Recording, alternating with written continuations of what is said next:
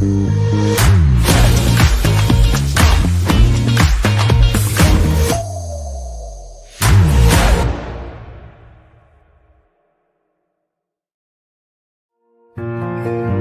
we are in your hometown, sharing looks as the sun goes down. Just a breath until our next kiss. Never knew of a love like this.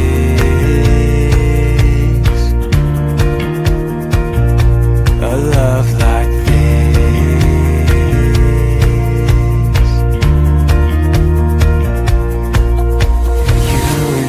baby, still loving like crazy, praying that it never ends. Yeah, you and me, darling, we've really got something the world just can't understand. Yeah, it's you and me, falling in love every day till we're both owning gray. Yeah, it's you and me, as long as we live, I'll never know a love like this.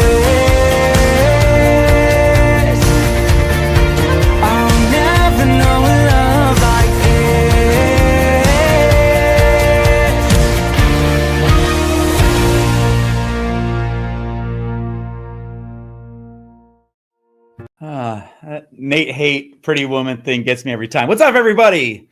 Welcome to the stream. Friends. Welcome. Today I am joined by Max and keaNEW Visuals, and we have really exciting avalanche of fun stuff coming up, and I'll explain that in a minute. Let's just do some quick housekeeping, and then we'll get down to the fun business of things. Okay, so we know that we can go to the Maxon events page, and I think that Max is putting up a link to everything. Max usually works behind the scenes doing everything, putting up all the links and all like the heavy lifting behind the scenes. And then today he gets to be like on camera with us, which is such a treat to have you with us, Max. Max is one of my favorite people. Thank you so much, man. So Maxon.net events page, you can see the other webinars that are coming up and also the events that are coming up that we're going to be at. So check that out. We also have this stream will be recorded and put, as with everything else, will be put on the Maxon Training Team YouTube channel. So check that out if you want to see today's recording, or if you missed some of it or have to leave early or whatever. And we also have Cineversity.com, which is a free resource to learn all these things. We're just going to be going really rapid fire today. So we're not going to be like digging too deep or starting from scratch from anything. So you'll probably want some more information. And so you can get that here on Cineversity.com. I think that's all that I needed, right? I don't think I need anything else. So anyways, our guest today from Germany is keaNEW Visuals. keaNEW, welcome to the show. It's fantastic to have you all the way from Germany. Also, Max is in Germany. So like I'm the only United States person here, North America person here on this this webinar, which is kind of fun. Also the only person who does not speak more than one language. These guys are all very like fluent in a bunch of different languages. So that's also extremely impressive. So keaNEW, tell us a little bit about yourself. Show us some of your amazing art that you make so we have a frame of reference of where you're coming from. Cool. Thank you first of all for having me, and that intro just leave me speechless. That was so good. I remember you were asking for a clip with that idea of those 90s vibe intro, and man, it was so well done. Really, thanks, props. man. That wink, I was just smiling. I know the wink, keaNEW. that wink. That was so cool, dude. It was so perfect. good. You should have seen my face when you played that intro. Really well done. So thanks a lot for having me. My name is keaNEW. I'm known as keaNEW Visuals online. I'm a visual effects artist, director. I'm filmmaker. I don't know. I'm everything. Sometimes more an editor. Sometimes I'm scripting more, planning some shoots. But I think let's show you some visuals of what I've done in the last couple of 2 years. I was mainly focusing on short form content, so actually creating vertical videos for social media, visually appealing edits. And basically, my goal is to do whatever I want to do and just make it look cool. I just want to create cool visuals, be creative. And yeah, so I think I'm just going to show you some of my work. So here we are on my Instagram page.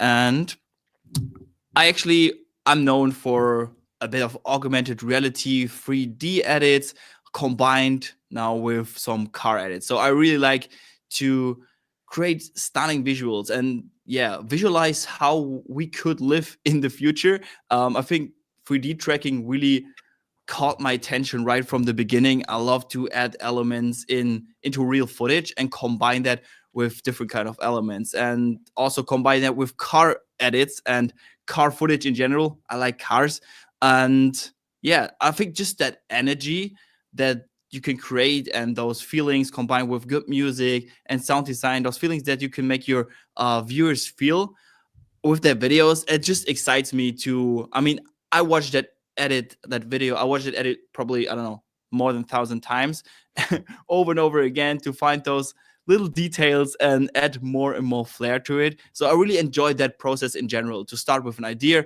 and actually bring something to life, which is going to stay there for a while and which I can share with people and get feedback. So one more thing I do is I create talking head videos and kind of tutorials. Lately, there's a lot of AI stuff going on. So I was, actually playing around with some of those generations and how we could implement those into our workflows and just, test and see what those tools are capable of. So I also do a lot of talking head videos with also animations where I showcase my journey. I have a lot of 3D and 2D animations, which I just love to do. I also like to talk into the camera. Well, it wasn't always like that, but I kind of got into it. So I enjoy to now share my story and actually make that video as interesting as possible and just create animations for that. Here are some more car edits. Some of them, they do not include augmented reality. I usually use those as a hook to combine those two elements. But sometimes here I got invited to Brabus, which is a car brand in Germany, premium car brand. And I got an hour with their cars and just got creative in the edit. Here I have another one which I recently posted. Here I was building some futuristic UI elements. You actually just saw the Maxon logo, placed it in there.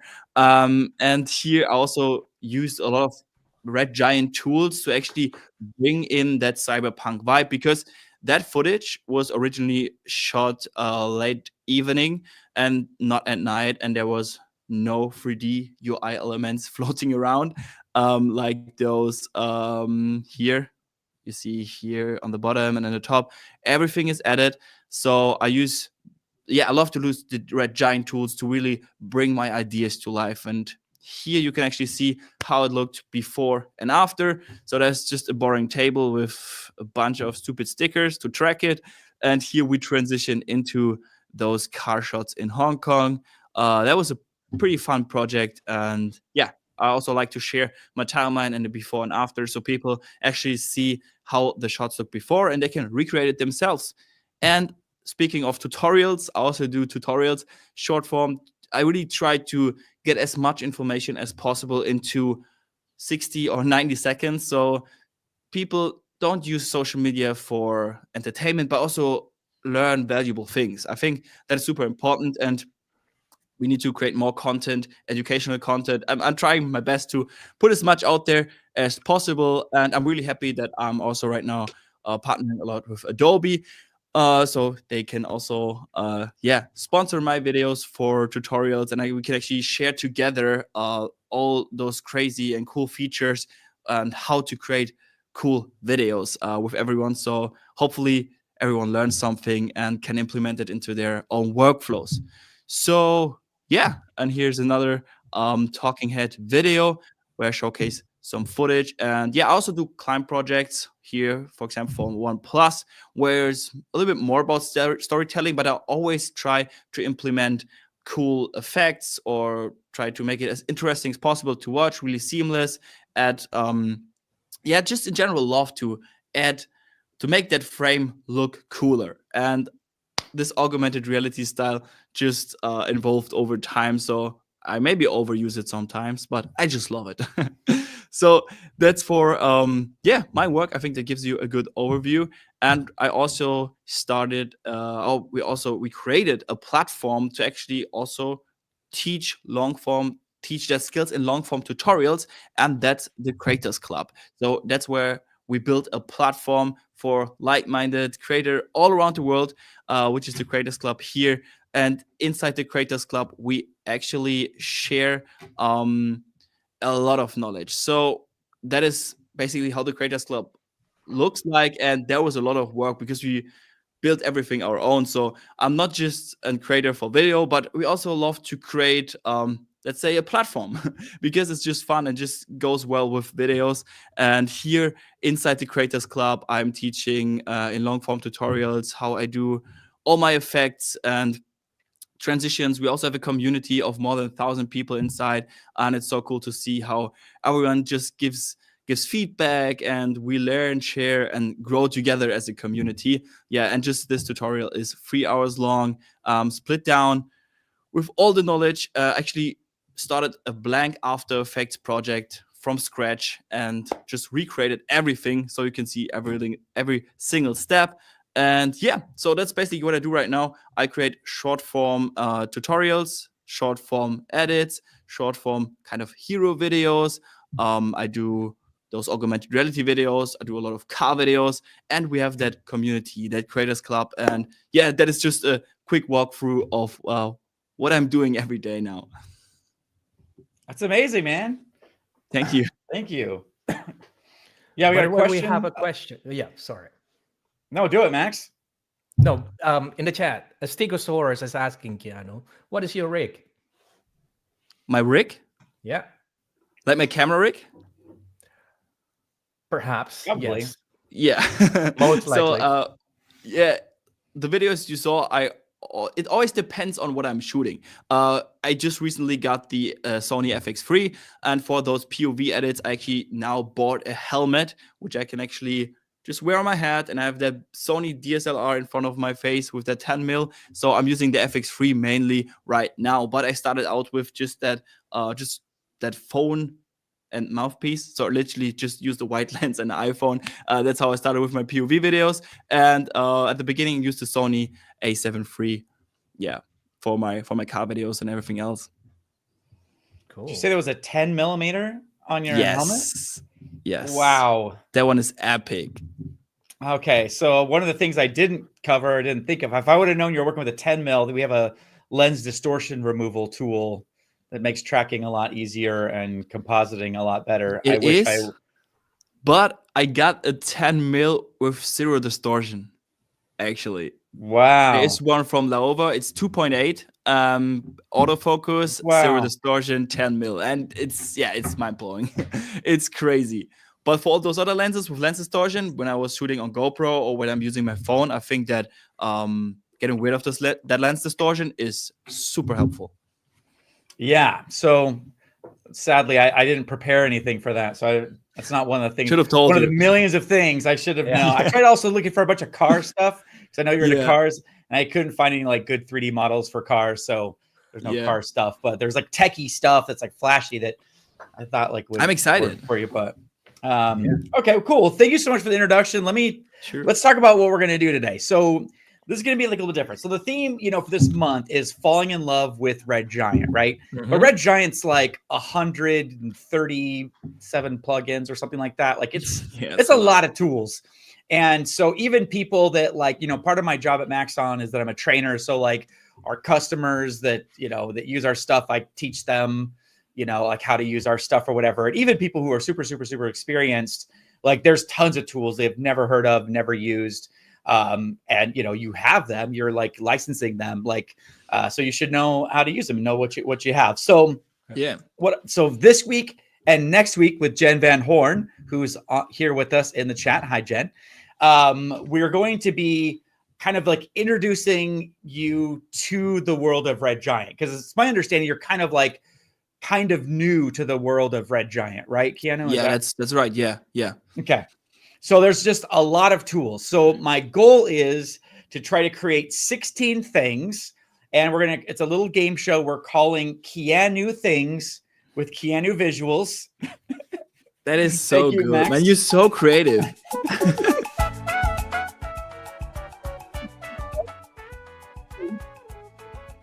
Let's steal that. It's so great. And so what we're going to try to do is I'm going to try to do 16 different tips.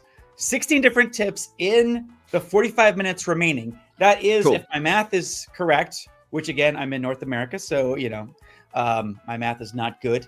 Also ADHD, so my math is not good. But I think that's a little less than 3 minutes per clip. So, and you could also ask questions. The audience could ask questions. If you want to make my life more difficult, you could ask a lot of questions. So that's the game show, is that I'm going to try to get through all 16 of these tips and try to teach you new things every time. After each tip, I'm going to ask you guys if it was new or if you knew it already, or if it's not helpful. If you're like, oh, I didn't know that, but I'll never use it, then that's a fail for me. So I'm trying to do 16 new things. You could also be honest. And Max also works at Maxon with me. So Max probably knows most of these, if not all of these, but I'm still going to ask if there's new things. Maybe there's something new. I don't know. Okay. Chat's just being kind. This is actually my request to chat to learn publicly. Aw, sweet guy. Okay, so here we go. Tip number 1, and Max has these cool cards to play. Tip number 1, organic particles in particular. Okay, so keaNEW is asking about like, how do we make offline, not in this show so far, but asking how do we make like organic particle effects? And so I have this thing which I basically embellished a little bit, but this is just like one of the presets in the designer of this kind of like organic fire explosion, and just a very cool look. It looks cool. Very, very organic, right? Yeah. Well, you know, we don't have time to go particular from scratch, but one of the greatest tools in particular is the fact, and a lot of people who are new to particular miss this, is that the particle. So to me, there's 3 main components of a particle system. I'm inventing this. This is not like the way it is, but in my mind, there's 3 components. You have the emitter, like the thing that's spitting out the particles. And then you also have the particles themselves. And then you also have their behavior. And for some reason, you know, we spend a lot of time, you know, people who are new to particular, from my experience, spend a lot of time talking about like understanding the emitter and also understanding particle behavior, but they don't spend that much time exploring what is possible with the actual particles themselves. And that's where so much of the magic happens. So if I go into particular and I go into my particle and I change this from sprite to like sphere. So these are just like spheres, and then I'll take down the size so they're tiny. Like we can see that this is not like a complex setup or even like that exciting of a setup. These are at its core, these are just circles flying around. What makes this look great is that we are using a sprite, a custom particle. And in this case, the custom particle is like not some really amazing thing. I mean, no offense to like whoever made this particle system. It's a brilliant use of something very simple. I'm not trying to like say this is like bad or whatever. It's just like fractal noise. Like when you see this and you're like, oh yeah, it's just like regular fractal noise. It looks like it looks maybe pretty like cool. Yeah, it does look pretty cool. And it looks like they use the invert. So the black and white is inverted. So then it creates these kind of like tendrils, these electric things. And it's like seamlessly looping. And that's all it is. And then just creating like a mask around this to make it like a circle. And then you could use this video as a particle. Do you have a question, keaNEW? I think people would love to see how to create even those the preview clip you just showed us. Okay. Yeah. Well, this is a rendered movie, so I mean, it's going to take some extra time, but I think that's part of the game. Let's look at how to create. Okay, let's do it quickly. Fractal noise. Okay. I don't know who made this or what the settings are, but like sure. Like this, I was going to take this to like maybe like dynamic progressive. Sorry, everybody got what I was doing here? I applied fractal noise to a solid layer.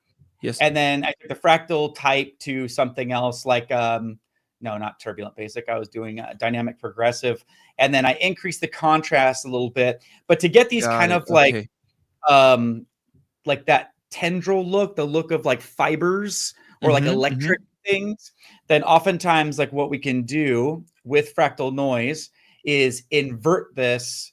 So like when you're looking at like this, like dynamic progressive has this kind of, they look like intestines almost. Yes. Like digital intestines. Okay, and you just keyframe the evolution to get that kind of animation.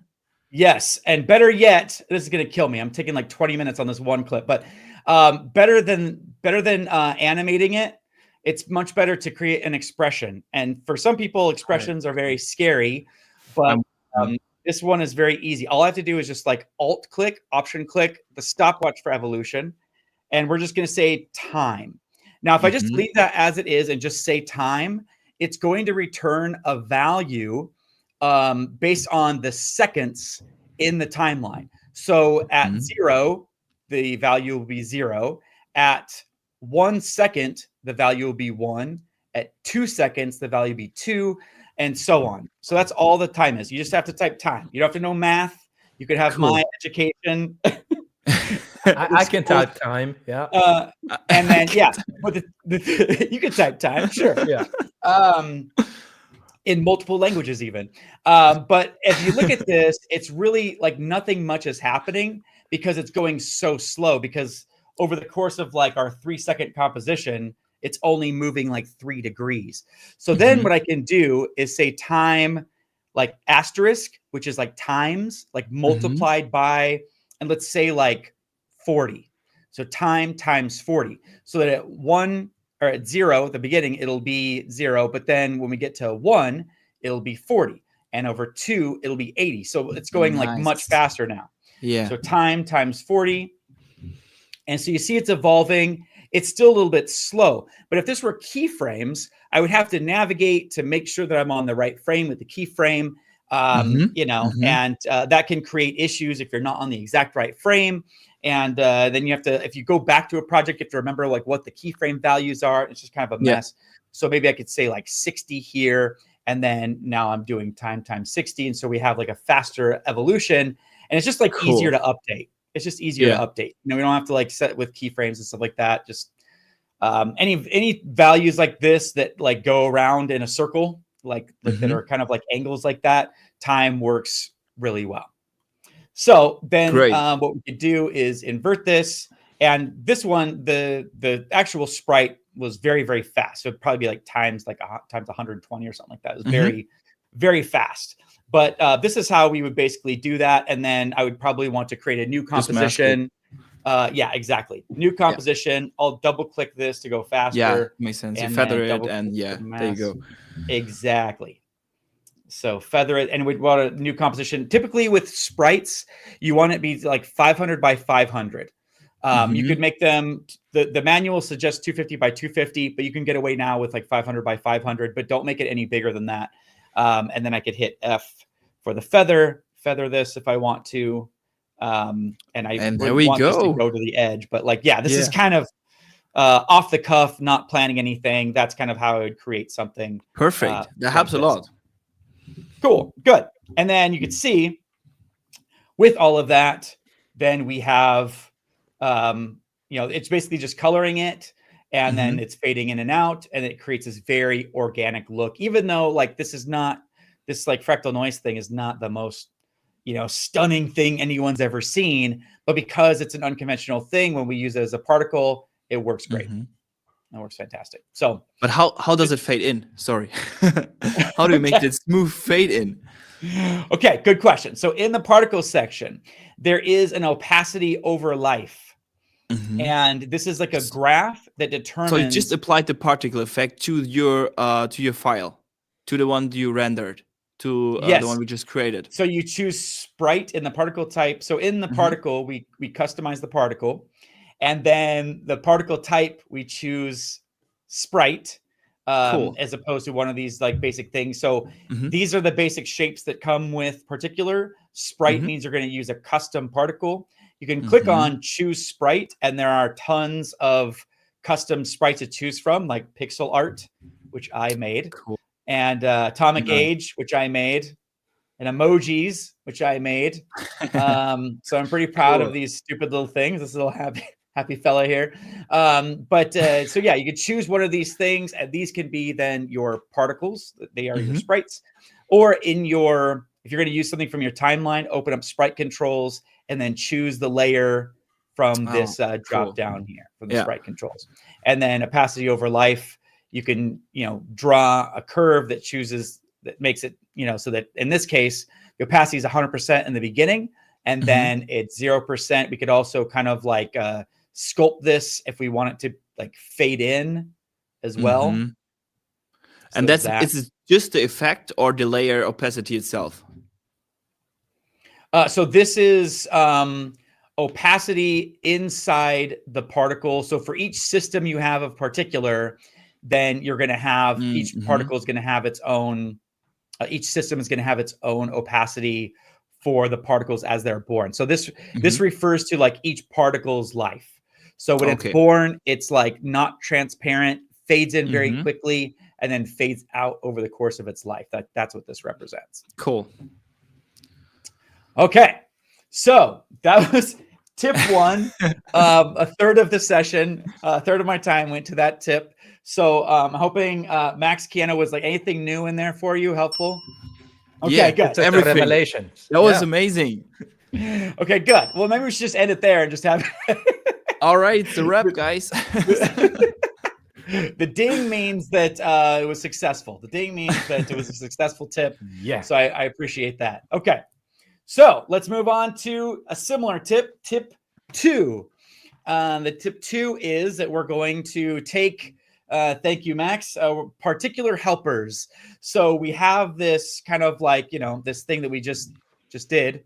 But then there's also some other things that we could do to it with other effects. So, and sometimes those are Maxon effects. Sometimes those are not Maxon effects. So in this case, I have, I duplicated this and I created CC vector blur.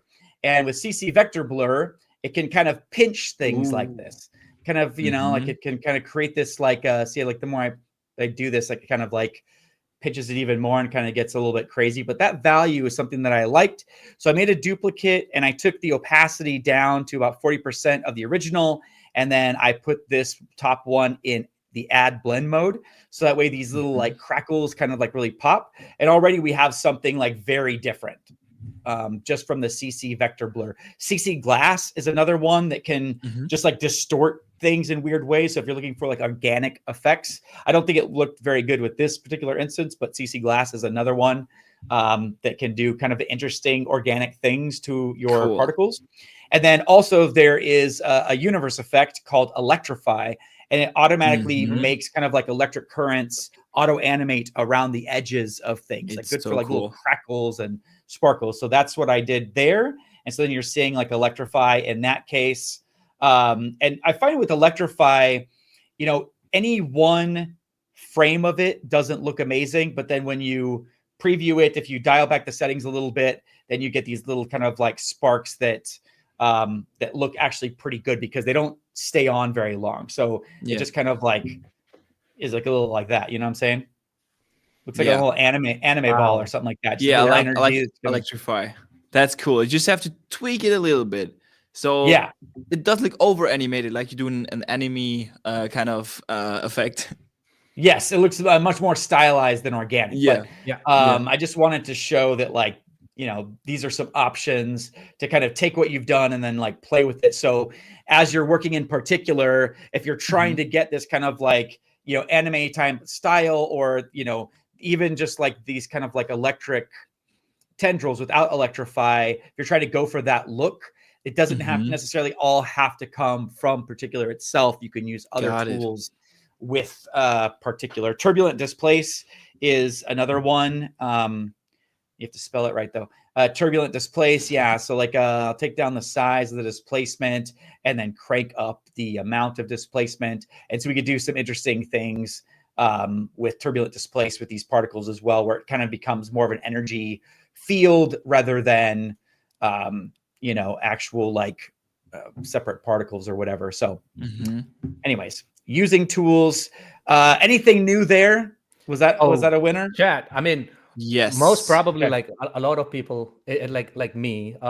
We normally like. I mean, if I can speak for everybody, I mean, a lot of like user normally like uses like this effects like Electrify on the footage, and then after that things like, okay, that's it. So Electrify is just like, okay, just one particular effects that do this. But what you're showing me here is like, wow, you can use Electrify on particles. You can create your own sprites and then apply Electrify and make it like Mhm. super awesome. So that's a total winner.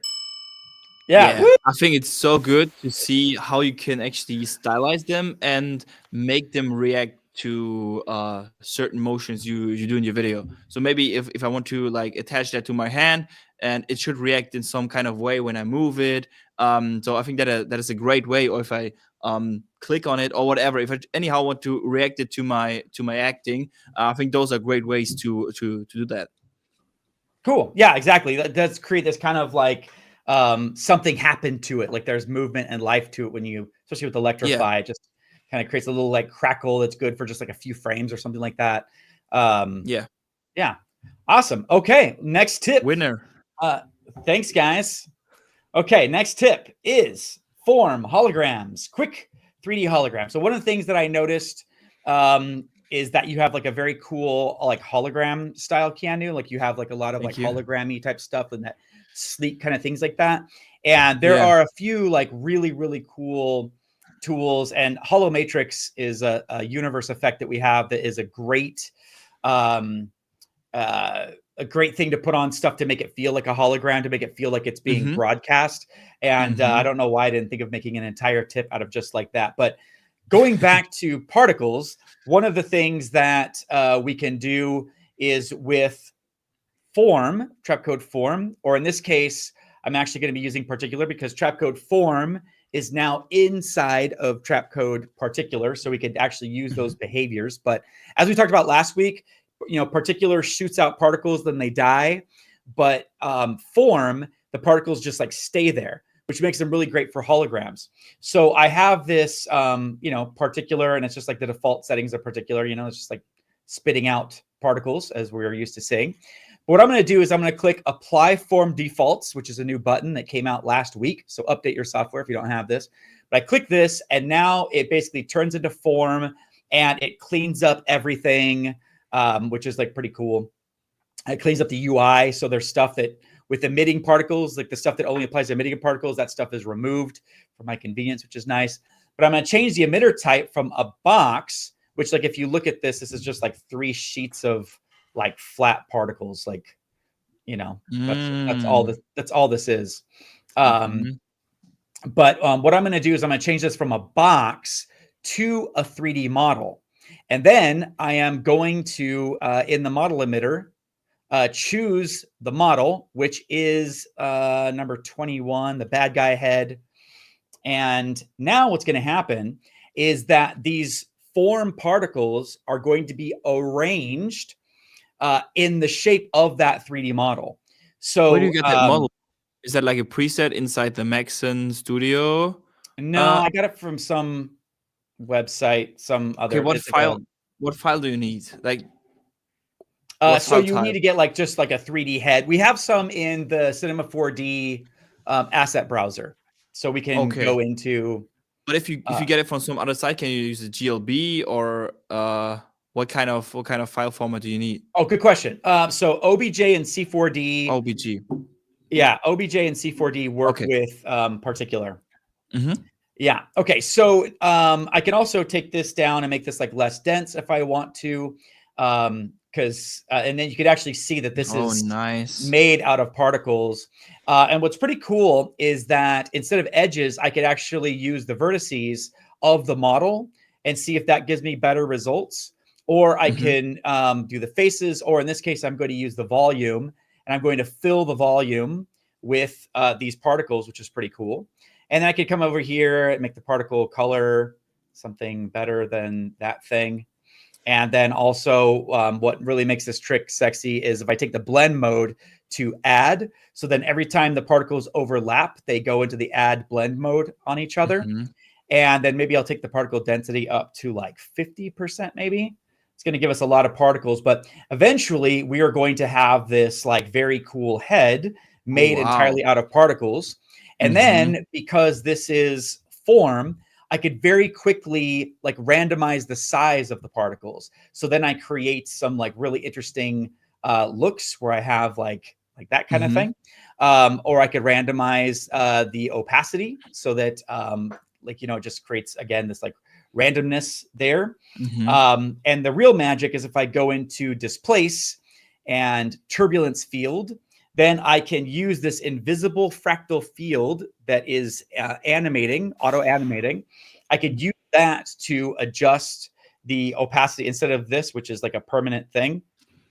Like this is like what they are permanently. But then if I change the opacity through here, then the turbulence field animates it. I could even displace the particles based on this fractal field. So I could have it like warble and do different things based on this fractal field. I'll take this up like a little bit higher just so you could see what's going on. And if I were to preview this, I mean, it's a pretty dense model. And I overdid it. So it looks a little Neanderthal.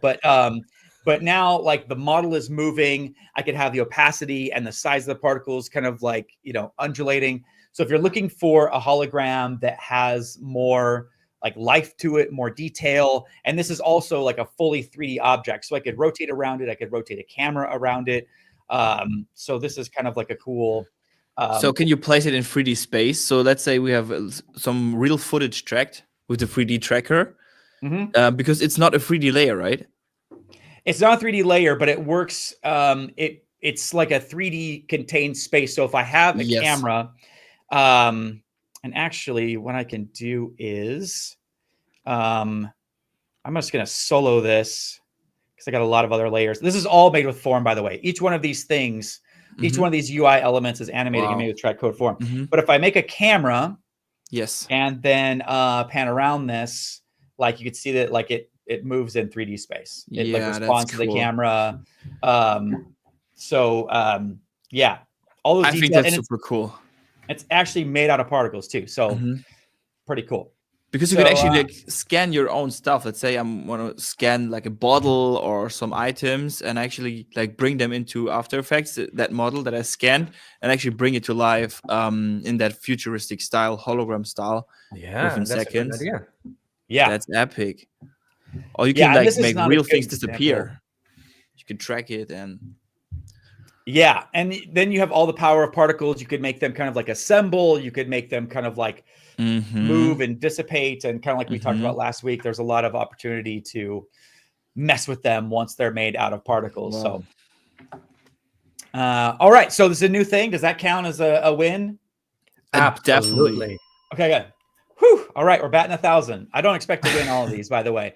Let's move to tip number 4, which is using Mir for quick 3D wireframes. Have you played with Mir very much, Keanu? No, not yet. I don't blame you. A lot of people haven't. Yeah, a lot of people haven't played with Mir. Even a lot of people who are like super experts at things haven't played with Mir. And a couple of years ago, Maxon asked me to create a course for Cineversity about Mir, like a start from scratch. And they were like, oh, just make it like a 15-minute video. And I ended up making like an hour's worth of content. And they were like, all right, calm down on the Mir, dude. But I just got really into it. I got obsessed with like all the different things you could make with it. So when you first apply it, it's like, it's very confusing of what this is. It doesn't animate. It doesn't move. It's just kind of like this crinkly mesh. And the default just apply settings, to a solid, right? Just to apply to a solid. Yeah. Yeah. And so this is just like what it looks like when you apply Mir. And what this is like a thin, semi-transparent sheet of geometry that renders very, very, very fast. But what this is, if I go in closer into the geometry, basically I can choose a plane, which is what this is, or a 3D model. So if I want to bring a 3D model and like relight it, I can do it that way. And I can increase the geometry which will make this look better, but still kind of have this like gross look that we're not looking for. If I go down to the shader, we'll see that it's density. And the shader is at the density, which creates this kind of like satiny, semi-transparent thing, which is pretty cool and has its uses.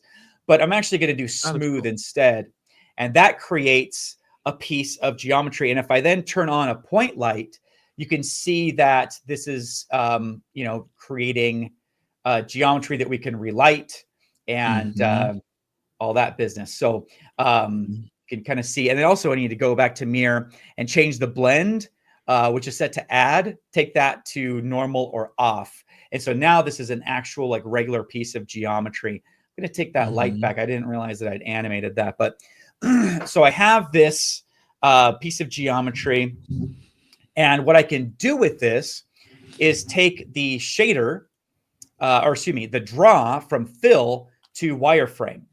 And I could also take a second pass to wireframe, which allows me to create a 3D model and then a wireframe on top of the filled stuff. So then if I go into Fractal and I adjust like evolution, then like I'm animating, you know, this, you see how fast it renders. It renders really, really fast, even though we got like a lot you're of in full resolution right now. Yeah. And so you can imagine if we choose one of the models that, and you were looking for like a head earlier, there's actually, if you click on choose model, there's a huge collection of models, including like a bust of a female, male, bodies, musical things, sports things, phones, shapes, all these different kinds of things. These are 3D objects that come with all the, you know, mirror and form and particular. And so you can arrange things in this way and then make them out of wireframes very easily. So then there's like another example that I had here where I made this like tunnel, because you can wrap the form around and then make a very quick 3-dimensional wireframe. And again, this is all 3D. So if I had a camera in the scene, I can, you know, orbit around and nice. That's cool. Move it around in 3D space. So okay, so that's that one. How does that, is that new? Is that new? Max, is that new for you? That is absolutely new for me, man. Okay. You guys are being like too nice. No, that's really cool. I think there's really a lot to cover. So I totally understand that you taking this time and to create all those hours of tutorials for that, just that feature. Yeah, and just so you know, That's like the exciting. next tip deals with mirror as well, but just so you know, like I also use mirror to create this like flowing chocolate. I also use mirror to create this like, I don't know, this like abstract, like that looks so realistic. Yeah, it's like just gorgeous, gorgeous, gorgeous textures. That is so satisfying to watch. It's like lit, and it's all 3D. This is all like 3D geometry. Those little those highlight things are created by actual lights in After Effects. So like, as I take these off, you can see what the lights are actually doing. So it's actual 3D geometry and not like so now you're going to explain everything in detail, how to create those? Well, I did in the Cineversity course. So that is so cool. Okay, so then let's get to the next tip, which actually deals more with another feature of mirror that I think is really sick. And that is creating quick 3D landscapes. Okay, so I have here mirror, and I think for the sake of time, I'm going to kind of like speed this up a little bit. So here we have like the default settings of mirror, right? And then I've also gone ahead and created with fractal noise. If you use fractal noise and you change the noise type to block, you can create just like a series of blocks. And what I can do in mirror is actually change the fractal map that is displacing the geometry here. So it looks just like regular fractal noise distortion. And if we like evolve this like I was showing before, this is kind of like any fractal pattern that we see in fractal noise or anywhere else where we evolve it and it kind of like does its like evolving thing, right? But I could also take the amplitude layer and choose fractal map. We'll choose effects and masks, and then I'll take the frequency down to like 1, and the amplitude I can boost up here. And with the individual amplitude, I want to take this down to maybe like 1, 1, and then just want the amplitude in Z. And if I turn the light here, I think you might be able to start to see, maybe I have to crank up the amplitude more, but because it's using that fractal noise as a map, it's starting to distort in 3D space based on that map. So it's looking really bad here because I need more vertices. And so I'm going to crank up the number of vertices, actually a lot, maybe like 2000 by 2000. Oops. There we go. So now we have more detail, and I can rotate this along the x-axis, and you can see that this is now actually 3D. We've basically taken our fractal map that we had earlier and used this as like almost like a displacement map to displace 3D geometry very quickly. And I could go in here with like a light and, you know, relight this and change how this lights. I could change the material that this is being made with. So even if you're just looking for something quick and simple, this is the way to do it. So I took a little bit more time on this final result, and you can kind of see that, like, you know, that this is like actual like 3D stuff. And again, I could fly in a camera here, and you know, it's like 3-dimensional, and it responds to lights and cameras and all that kind of stuff as well. So very quick way to create 3D geometry with knowing what you know about creating, you know, just regular maps and images. All right, you should pack that. You should pack that. Send it to the Maxon Studio team, and you know, you got a new Maxon Studio background. There you go. Wow, that looks so good. Yeah, thank you. Yay! Yes. Here's another example of this same trick. I went into Houdini, and I I made like this black and white map. So you can make this in Photoshop or anything like that. It's just like, you know, it's not that crazy. But then when you bring it into Mirror, you have this like full 3D. I mean, this is like a lot of geometry. This is like a really, really big map. So this is going to take forever to update, probably. Well, I guess not that long to update. But this is at a fully 3D surface of the moon created in Mirror that, again, I can relight. I think I have lights here. I could like turn them on and off. So yeah, so I can relight this. I can, you know, move a camera along the surface of it. Fully 3D stuff, like with all the flexibility, just like from right here in After Effects, which is pretty cool. That's super cool. Thanks, guys. Okay, next tip. Tip number 6, and we have 13 minutes number left. 6. Tip number 6, which is HUD Components. HUD Components, there's a universe tool called HUD Components, used for making kind of like sick UI things. Oh, also, are there comments and questions from the chat, Max? I keep forgetting to check and ask because... Exactly. There's a questions from Mariah. Yeah. When you apply the effects to the layer, it is applied to a solid, right? What happens when you apply it to an image or something else? Does it matter what the layer is? Ooh, that's a very good question, Maria. That's a very good question. And the answer is the worst answer that you can ever give as a trainer. I hate this so much, and it depends. With most effects, if you apply like mirror or particular to a layer, it's most of the time going to replace what's there. So using a solid is great so that you can not have it like go over your footage, because you kind of want that control to be able to like move it and color it independently. So yeah, so the tools that we've shown so far will go on top of the layer, but you could also, there's ways to blend it into the footage if you want to do that, like on the same layer. But I really recommend making those separate layers because they do tend to kind of overwrite whatever is there. Very good question. Okay, so HUD components, you know, a lot of the stuff that you do, Keanu, seems like you have like it's very like techie. You have a lot of like interface stuff, especially with like the augmented reality. You have a lot of interface stuff. And, you know, a lot of times when you're creating these like fake user interfaces, you want like a lot of detail, right? You want like a lot of Yeah. stuff going on in the background. It's all but about the details. I It spend also, hours on that. Yeah, it's all about right. details, but no one's going to see it. Probably no one's going to see the exact detail, but overall it just looks right and good if you Yes. add all those details. Yes, exactly. But because not all of those details are super important, we have Exactly. Yeah, right. a tool to make it so that like you can add a bunch of details very quickly and customize all those details, but then you could focus on like the hero details and put more effort and energy into that. And Yeah. like that's called HUD Components.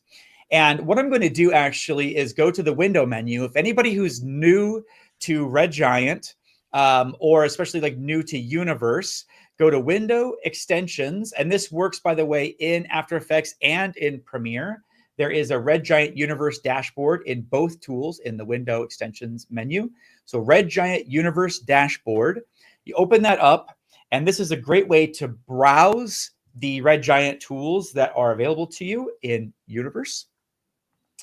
And give that just a minute to load up. And the Universe effects are in, it's like over 100 effects, 105 different effects, last count. And each one of these categories. So blur, distort, generators, whatever. So we can click on the left-hand side and see the different effects in Universe. As you can see, there are a ton of them. Stylized probably being the most popular because we have like VHS here, which I used on the Falling in Love with Red Giant promo video.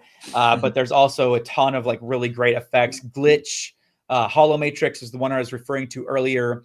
Keanu with that's really cool for creating holograms or taking footage and making it look like it's a hologram. And I can, from right here, I can click apply to apply it if I have a layer selected.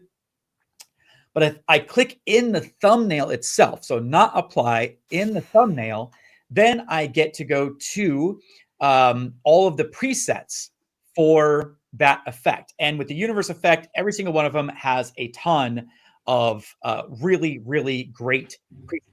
And if they're animated, then you could mouse over and see the animation there, and you could actually apply this specific preset instead of just applying the effect. So these are all the presets for Hollow Matrix. If you wanted to make it look like an old TV or an LCD thing, or security camera footage, or night vision footage, or like, or just like, you know, a movie cinematic, you know, hologram that has like different like noise interference patterns or whatever. And this is all just for Hollow Matrix. So I can go back to effects. I want to go to motion graphics, HUD components, click on the thumbnail here. And you can see like these are the different components that come with HUD components. These are all these different elements, these UI elements that come with this. And what's really great about this is that it's all like dynamic. So for example, for these like arcs, I'll go ahead and apply the offset arcs preset.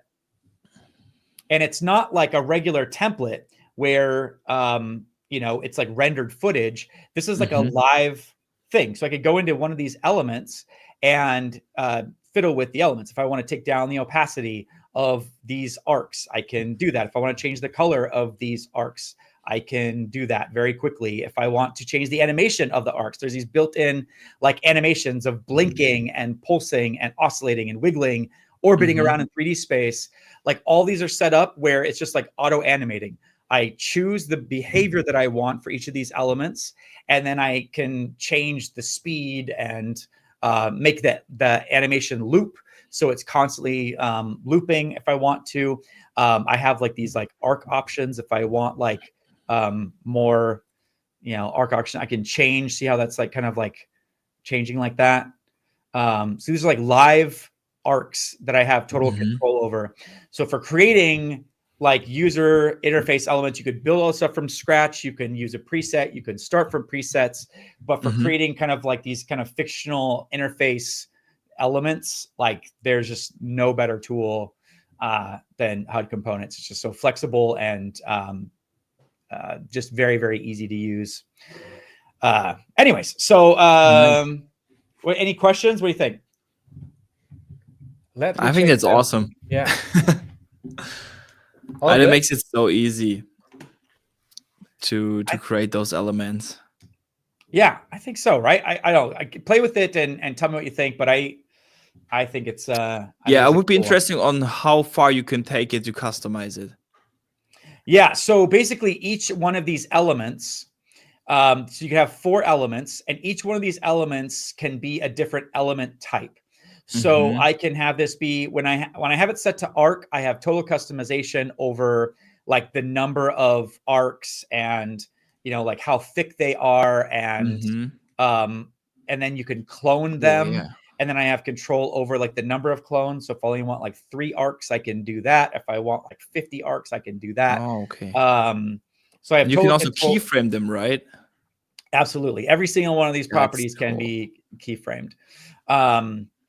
And you could also, there's an entire randomness section. So you could randomize every attribute about their like movement, scale, rotation, opacity, like all that kind of stuff can be randomized across the arcs, which is very, very cool. But then there's also other elements too. If I wanted this to be like a pointer instead, or if I wanted it to be, these crosshairs, or if I wanted it to be, and it's kind of looking weird because I have a bunch of clones right now. But I can go down to these clones and say, actually don't have 3 clones, just have like 1 clone. And so I just have like that, or maybe just 0 clones. And then I just have this like element in the center. Yeah. So all of these different components, I can, let's see, transforms. I could increase the size here, make this like bigger. But yeah, all these different, like you have 4 different elements, you combine them, change them, animate them, color them in all these different ways. So nice. It's meant to be kind of like a very, very flexible grab and go tool. So it's, and it feels like there's already kind of a glow applied, or would you? Yes. Or is there no glow at all? There is a glow that's built in, and the composite settings at the bottom. There actually is a glow that's like built in. Nice. And so I can take this. What I would probably do is take the glow intensity to 0 and then use optical glow, because I think that's optical glow is great. Yeah, optical glow is so good. Yeah, there you go. It just tends to look a lot more realistic. Yeah, that looks cool. Yeah, but there is a glow built in if you want to adjust that, or just kind of tip. If it doesn't mean that much, if it's like in the background or whatever, you could just use the built-in glow and go with it. But anyway, so HUD Components is new. HUD Component is new, right? Yeah. For keaNEW. Yeah. Like I play a little bit around with it. I mean, I would love to give you a ding to this one, chat, but looking at the hours, I think we are. Yeah, fair enough. Yeah, fair enough. I tried my best to ask too many questions. No, it's great. But there's so much like that, so much to cover. That's insane. Yeah. Okay. So the next ones, in 2 minutes, I'll just run through what they are and not go.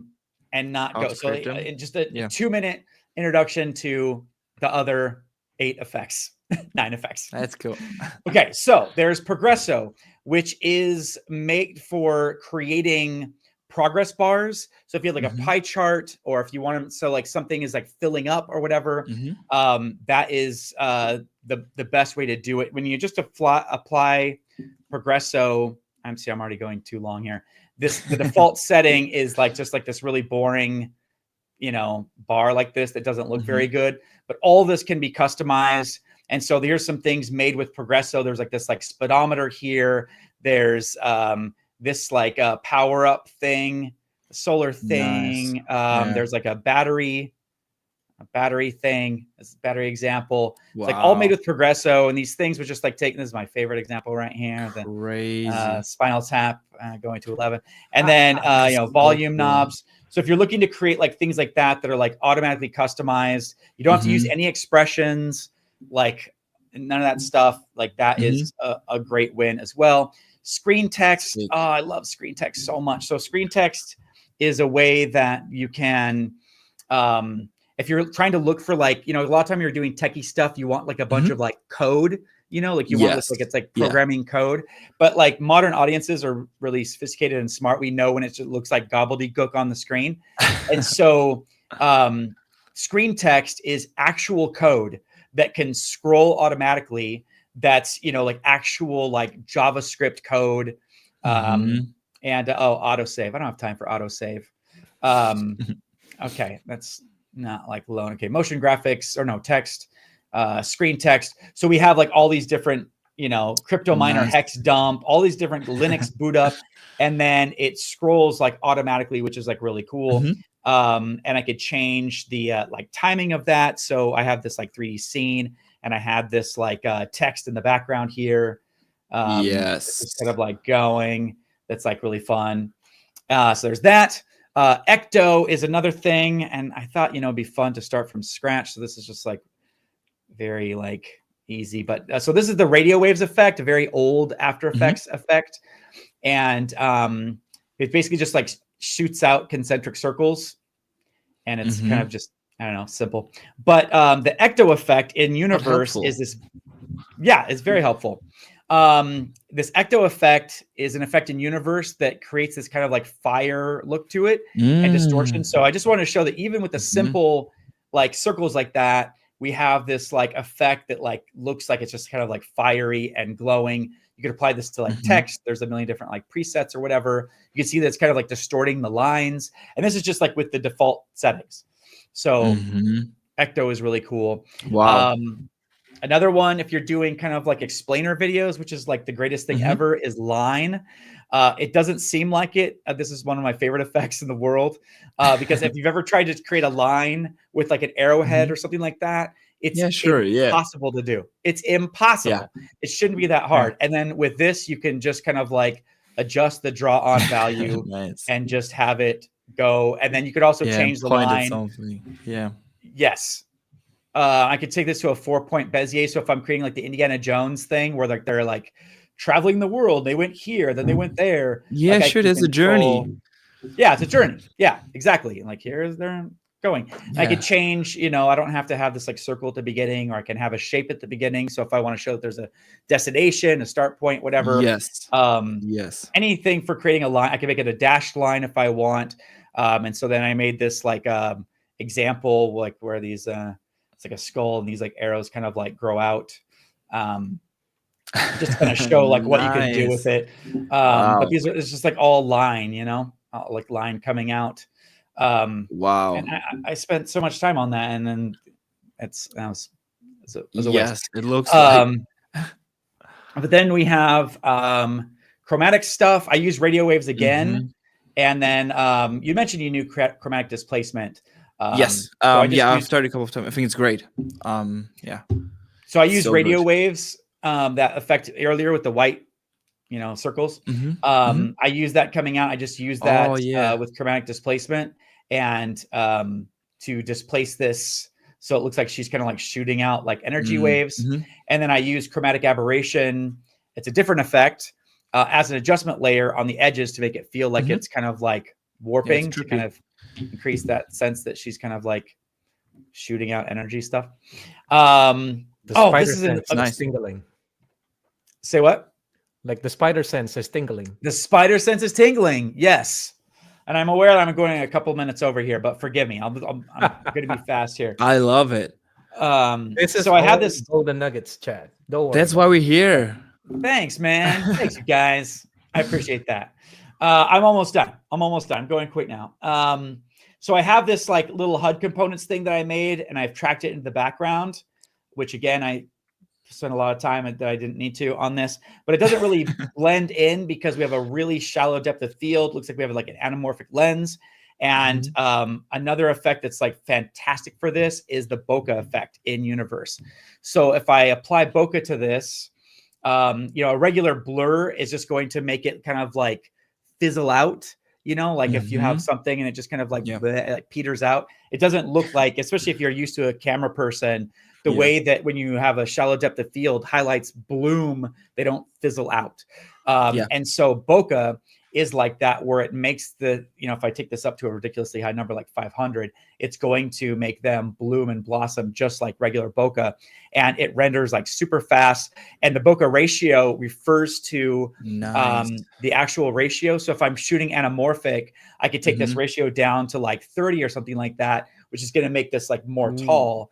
And so now this composites into my footage like really well, and it renders like really fast as well. So can you copy that effect onto the footage? What happens then? To pick up the question from earlier. On the footage. Okay, so if I apply bokeh to this, there we go. Okay. It's bokeh-ish, and then I could also take this down to like 30, and then I also might want to boost the highlights, so I can then go to the highlight boost and bump that up, so then the highlights are look a little bit brighter. That's so cool, because I always use that camera lens blur, and yeah, it just doesn't feel 100% right. So having that, that's amazing, and like being able to actually customize it, because I'm shooting like really high on a high f-stop and high shutter, because I want everything sharp for the 3D tracking. So I need to blur things afterwards, because I'm separating elements anyway. So yeah, that's amazing. It's a gorgeous effect. It renders like really quickly. Cool. Okay, so I'm looking at the other things here. We got Kingpin Tracker. I don't know if you ever used that, but if you're trying to track like a surface, Kingpin Tracker is the best. You actually apply it to the layer that you want tracked. So not to my footage, but to the thing that you want tracked, because you can tell Kingpin Tracker, I want this part of the footage to be here. So again, we don't have time for a tracking demonstration, but I tracked this text and on the beach, and you could see that like there it is on the sand. So great for tracking surfaces. You can see that even with the 3D-ness of this camera move, it's just like locked in. So that's a pretty cool thing. How long did it take you? It was not long at all. Yeah. Wow, like, that's cool. Because there isn't like anything, there was sand. So either it's going to work or not. So I just kind of like put it anywhere, and it just happened to work. So I was like, okay, let's just go with that. But yeah, and it's a very fast tracker as well. Real lens flares. Okay. We don't have time to go through this, but, you might have played with real lens flares. One of the cool things I was going to show you is in this obscuration thing, you can choose a layer to obscure it. So just like in real life, when you're shooting on set, if you have something obscuring the flare, it can block it. But the lens flare is happening in the lens. So you have stuff going in front and behind. And so that's what obscuration does. It allows you to kind of like, you know, if I move this a little bit, you can see that it starts coming out. I mean, this is the flare by like, you know, it gets like really big. But if you've never played with real lens flares, it's very different, because it's an actual simulation. It's not using lens elements. It's actually simulating like what goes on in a lens. So you have all the different pieces of glass that are in a lens that you can tweak, and you can change the reflective coating on each piece of the lens. You could change things about the sensor. You could change things about the sun. There's like presets. You could put dust on the lens. There's just nothing. There's nothing like it. Yeah. Wow, that's great. That would be another one what I would be really interested in, and also how to like track them to certain things. Let's say we have a car and we shot a car and we want to add that lens flare to that. So I think that would be also really interesting to know. Well, we now also can use an After Effects light. So like if you have anything that, like a null, and you have a light parented to a null, you could actually just use the light in the scene as the lens flare. And what's nice, Keanu, since you are shooting with a real lens, so you can actually match the lens that you're using, match the profile of the lens that you're using, using the real lens flare. And I have a lot of homework to do after that one. Okay, I'm gonna skip this trick. It was an optical glow trick. Basically, I just have this like geometry that I made in DAO, and it's super simple. So I just took this like NASA map, and then I wrapped it. And I wrapped it around geometry in DAO. So without the texture, it looks like this. It's just like white, you know, gobbledygook. Wow, it looks so good. Thank you. Like that structure, I didn't know you could do that with like inside After Effects. I always thought you have to do like learn advanced 3D software. Yeah, right. And that's like the power of learning the giant tools is you don't have to go into the big 3D world to do like simple things. And And what I did on this mesh is I also animated the star texture to move. And then I used Optical Glow's powers to have like just highlights only. So then I just have just the stars, and then I animated it so that the highlights only changes. So then other things kind of like come in. It takes a while to render because it's got a lot going on with like the glow. So I won't have time to show you, but it looks so cool when it's it's just very, very sleek with the stars, with the power of Optical Glow. And again, it's like fully 3D, but yeah, it's gorgeous. Okay, final tip. Spot clone tracker. What? Yeah. Final tip. Thanks everybody for being super patient here. We always go over anyways, but whatever. So the best tool, my favorite one, ending with the winner here, Spot Clone Tracker. We don't talk about this very much. I don't know. I think it's just the greatest tool. If you've ever tried, like, you shoot a lot of live action footage. There's probably times when you want to get rid of something, a person, something in a shot, and it's so irritating in After Effects. You have to track the thing. You have to track the thing you want to replace, and then you have to like blend them together in a way, and it's just expressions. It's not flexible. Spot Clone Tracker fixes all of that and makes my life so much easier. And it's very simple. You could see there's a blue area that it's going to clone from, and then there's an orange area it's going to clone to. So like, let's say I want to remove this blemish. I can reshape it to fit that thing. And then maybe I want this blue area to be somewhere else here. I want the data to come from somewhere else. I can just kind of keep moving around until I find a thing. And you can see that we have a pretty good blend with that. And then the tracker is so fast. I click plus, and it's just tracking the footage, and it's tracking the glitch, and it's also tracking the relationship between the two. I'll go ahead and stop that. So then this is like the cooking show, the final result with it being done. Just instantly. I don't have to do expressions. I don't have to. That's super easy tracker removal right there. Yeah, very, very easy. Yeah, tracking tracker removal. Yeah, exactly. So it's very clean, and the intelligence. It's the After Effects clone is like a dummy clone. It's not like the Photoshop clone. It just like takes pixels and just puts them over somewhere. But here I'm sampling data from over here where the lighting information is different. It doesn't matter. It's taking the texture and blending it into the color data that was already there. It's very intelligent, very fast. And it's it looks stunning. Very cool. And chat, do you know what? Yes, sir. What's up? The folks in the chat are going crazy, man, and they're loving it. I mean, for a reason. Although it's like a game show, it turned out to be like a speed dating round, but yes. My apologies. My time management was not the best. No, but people are loving it. And Joey, I hear you, Joey. Joey was asking if we can provide like the file as a downloadable, and also Vaughn is also asking if we can also have the file for downloadable as well. Yes. Also, what's up, Joey? Joey and I are Facebook friends. And so it's good to see you virtually. So sometimes, like in this case, I'm using stock footage, and I can't I can't share the stock footage. But what I'll do is clean this up, remove the stock elements that I can't share, and then include the stuff that I can. Awesome. So yeah, absolutely, we'll have that in the downloads included with the show. Maybe like starting like tomorrow, because like I still got to pack it up and stuff like that. But yes, it will be available to download. Thank you for bringing that up. Nice. That's the final thing. Yes. Yeah. Thank you so much, everybody, for being engaged. And Keanu, thank you so much for joining us. Max, thank you for being here for your comments and your questions.